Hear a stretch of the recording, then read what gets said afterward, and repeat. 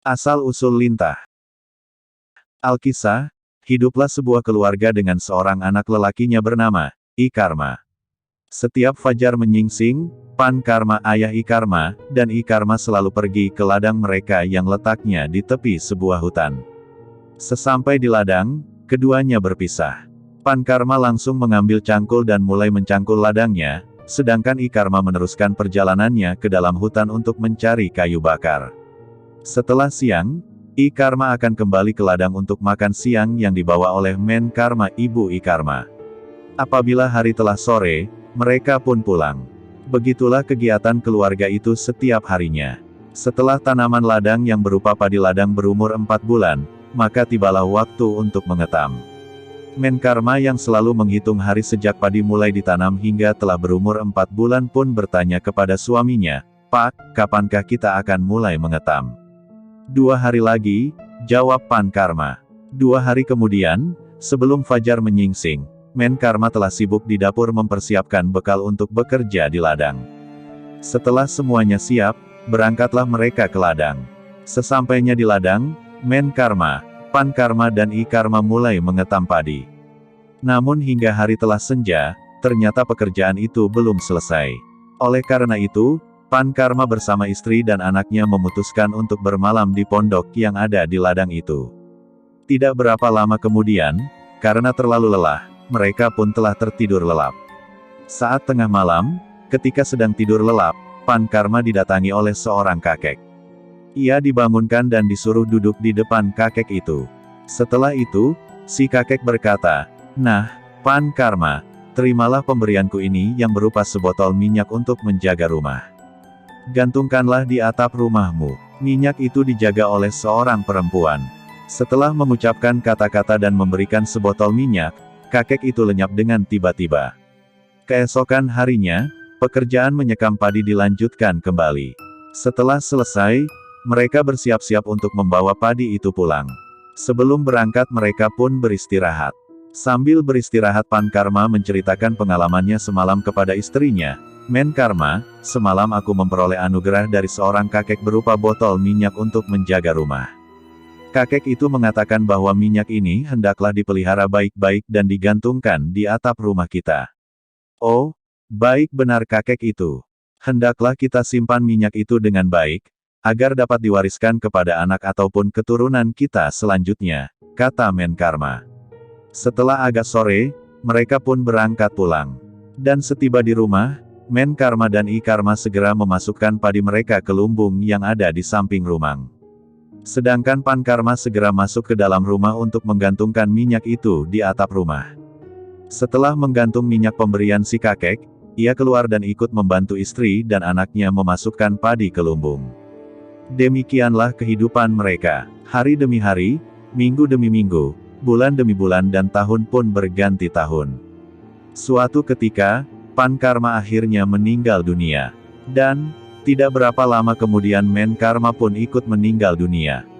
Sebelum Menkarma meninggal, ia sempat berpesan kepada anaknya, "Anakku, kukira umurku sudah tak lama lagi. Ada suatu hal yang harus ibu wasiatkan kepadamu. Bila ibu sudah tiada lagi, ingatlah pesanku ini. Ayahmu meninggalkan sebotol minyak dan digantung pada atap rumah.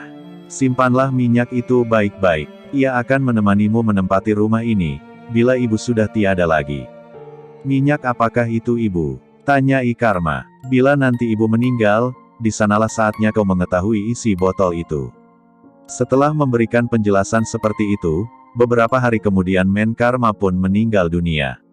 Setelah kedua orang tua Ikarma meninggal dunia, Ikarma semakin giat bekerja di ladang. Pagi-pagi benar ia telah berada di ladang, dan bila hari sudah mulai senja ia pun pulang.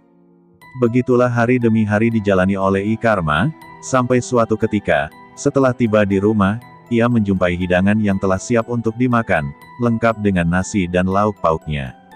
Melihat hidangan lezat itu, Ikarma pun berpikir, siapakah yang mempersiapkan hidangan ini? Kelihatannya sangat istimewa. Siapakah yang mempersiapkannya? Ah, sebaiknya ku makan saja apa yang ada, bukankah ini rumahku? Keesokan harinya, seperti biasa, pergilah Ikarma ke ladang lagi. Dan bila senja telah tiba ia pun pulang. Setelah tiba di rumah ia merasa sangat heran. Semua peralatan kotor yang ditinggalkannya telah bersih dan teratur rapi. Dan, sebelum ia sempat berpikir, telah dilihatnya pula hidangan yang lengkap tersedia untuk dimakan. Ia pun berpikir dalam hati, siapa yang menyediakan hidangan ini? Ah, lebih baik besok akan kuintip, agar ku tahu siapa sebenarnya yang mempersiapkan hidangan ini. Demikianlah, keesokan harinya Ikarma bersiap-siap untuk ke ladang. Tetapi setelah sampai di tengah perjalanan ia segera kembali pulang untuk mengetahui siapa sebenarnya yang mempersiapkan hidangan itu. Setelah di rumah ia mulai mengintip. Dan ia sangat terkejut ketika di dapur melihat seorang perempuan cantik sedang sibuk memasak. Kemudian Ikarma perlahan-lahan mendekatinya dan tiba-tiba menangkap pinggang perempuan cantik itu. Terasa ada sentuhan di badannya, wanita itu terkejut sambil melirik dan segera bertanya dengan suara lembut, siapakah yang berani memegang tubuhku? Aku, Ikarma, tolong lepaskan aku tak mau melepaskanmu. Siapakah kau sebenarnya? Aku bernama Ni Utami. Apabila aku lepaskan, apakah kau akan meninggalkan aku? Oh, tidak, aku tak akan meninggalkan engkau. Aku selalu sedia melayanimu, karena engkau sudah memergoki aku. Jadi kau bersedia menemani aku. Benarkah katamu itu? Aku sangat berterima kasih padamu. Ya, benar, aku berjanji untuk mendampingimu. Tetapi ingatlah, bila aku sudah mendampingimu, tidakkah kau berniat memperistriku? Jika mungkin, aku memang akan mengharapkan agar engkau bersedia berumah tangga dengan aku. Ya, baiklah, aku bersedia. Tetapi ingatlah, bila aku telah mempunyai seorang anak, berhati-hatilah menjagaku serta menjaga anakku. Demikianlah permintaanku kepadamu. Tepatilah sungguh-sungguh. Baiklah, aku akan selalu mentaati apa yang telah kau katakan itu. Singkat cerita, Ikarma dan Ni Utami pun menikah dan beberapa tahun kemudian mereka mempunyai seorang anak. Pada suatu hari, Ikarma teringat akan wasiat ibunya mengenai botol minyak yang digantung di atap rumahnya. Ikarma kemudian naik ke atap rumah dan mengambil botol tersebut. Namun isi di dalam botol itu telah tiada, sehingga Ikarma bertanya kepada istrinya, mengapa botol minyak itu kosong? Adakah kau pergunakan isinya? Tak ada, aku tak pernah mempergunakan minyak. Tidakkah botol itu memang kosong? Ah, tak apa, mungkin memang sudah menguap karena terkena panas, jawab Ikarma. Setelah percakapan itu Ikarma menuju ke ladang untuk menanam padi. Siang harinya datanglah Ni Utami bersama bayinya ke ladang mengantarkan makan siang. Saat bertemu Ikarma, sambil menggendong bayinya Ni Utami berkata, istirahatlah dulu. Aku mengantarkan hidangan untukmu. Baiklah, tunggulah sebentar, aku hendak menyelesaikan pekerjaan ini, jawab Ikarma. Nanti disambung lagi, hari sangat terik, kata Ni Utami. Ikarma tidak menghiraukan kata-kata istrinya, ia tetap bekerja.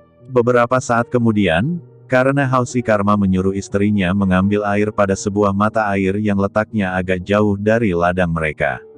Mula-mula istrinya menolak, janganlah aku disuruh mengambil air. Hari amat panas, aku tidak tahan kepanasan. Kalau kau tak tahan mengapa datang kemari? Lebih baik pulanglah. Bukankah kau tahu di ladang memang panas? Kata suaminya bernada marah dan mendesaknya terus untuk segera pergi mengambil air. Karena tak tahan oleh desakan itu, akhirnya Ni Utami berangkat menuju ke mata air, sambil meninggalkan pesan, baiklah, aku akan pergi. Tetapi kau akan menyesal. Selanjutnya, Ni Utami berangkat menyusuri pematang menuju ke sebuah mata air.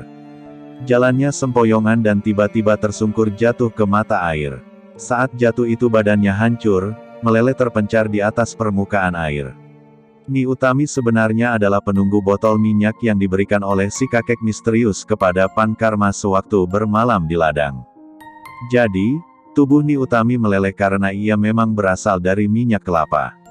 Karena telah lama ditinggalkan di ladang bersama ayahnya, anak Ni Utami merasa haus dan mulai menangis. Ikarma terkejut melihat anaknya menangis. Karena tak tahan mendengar tangisan, ia pun mengambil anak tersebut serta memanggil istrinya, Utami, Utami. Di manakah kau? Lama benar kau pergi. Namun, karena panggilan tersebut tidak juga dijawab oleh Ni Utami, Ikarma lalu berangkat menyusul istrinya. Saat sampai di dekat mata air, tiba-tiba ia terkejut melihat minyak kelapa terpencar di atas permukaan air. Dan, teringatlah ia akan wasiat ibunya sebelum meninggal, bahwa ayahnya meninggalkan minyak di dalam botol.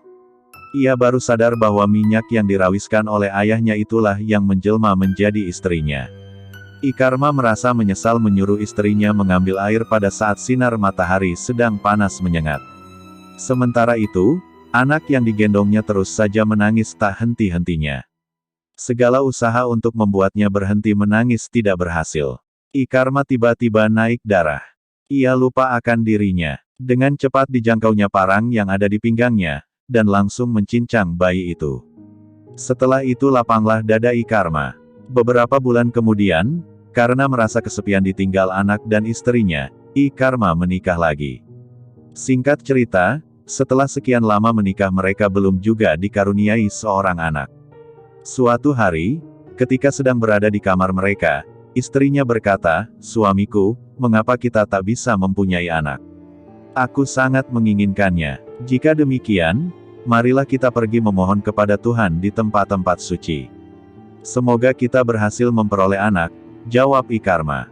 "Baiklah, aku akan membuat canang genten, sejenis sesajen, untuk sesajen di tempat suci. Semoga Tuhan memberkahi kita," kata istrinya. Setelah semuanya selesai, esok paginya berangkatlah mereka menuju ke sebuah tempat suci untuk memohon seorang anak. Sebelum sampai di tempat suci yang dituju, di tengah jalan bertemulah mereka dengan seorang bayi yang sedang menangis keras karena ingin menyusu. "Suamiku, mengapa ada bayi menangis di selokan itu seorang diri? Lebih baik kita ambil dan kita bawa pulang. Rupanya permohonan kita telah terkabul." "Baiklah, ambil dan bawa pulang anak itu," kata suaminya. Istrinya pun lalu mengambil dan menggendongnya. Setiba di rumah, anak itu dibaringkan di kamar tidur.